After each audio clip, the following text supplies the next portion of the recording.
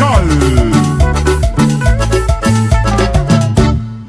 Verás la historia que le pasó a un amigo que conocí. Muy contento con su mujer, hasta el río se fue a bañar. De pronto cuando miró, un cangrejo lo quería asustar. Rapidito se levantó, porque ahí le quería agarrar. Su mujer emocionada, el cangrejo quería llevar. Le dijo: no te preocupes, el cangrejito voy a cenar. No sabía cómo agarrarlo, y un palito le metió. Y al momento de levantarlo, con la tenaza ahí le agarró.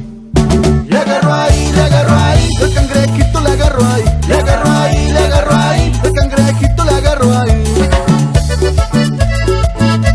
Báilale, mija, báilale, güerita.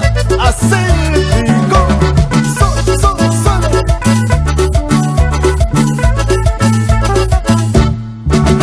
Él le dice al cangrejito: ya suéltame por favor, ponte mejor a bailar al ritmo de este cumbión. Vamos a bailar la cumbia, supera ese musical. El ritmo del cangrejito con gusto te va a tocar.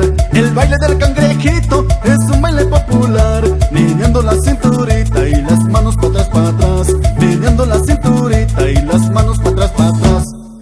Le agarró ahí, el cangrejito le agarró ahí. Le agarró ahí, el cangrejito le agarró ahí. Le agarró ahí, el cangrejito le agarró ahí. Le agarró ahí, el cangrejito le agarró ahí. Benedicto Salinas Quintas, y que suenen esas cuerdas, compa.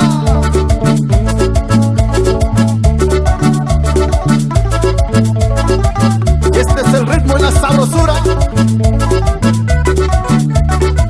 de tus compas. Super S musical.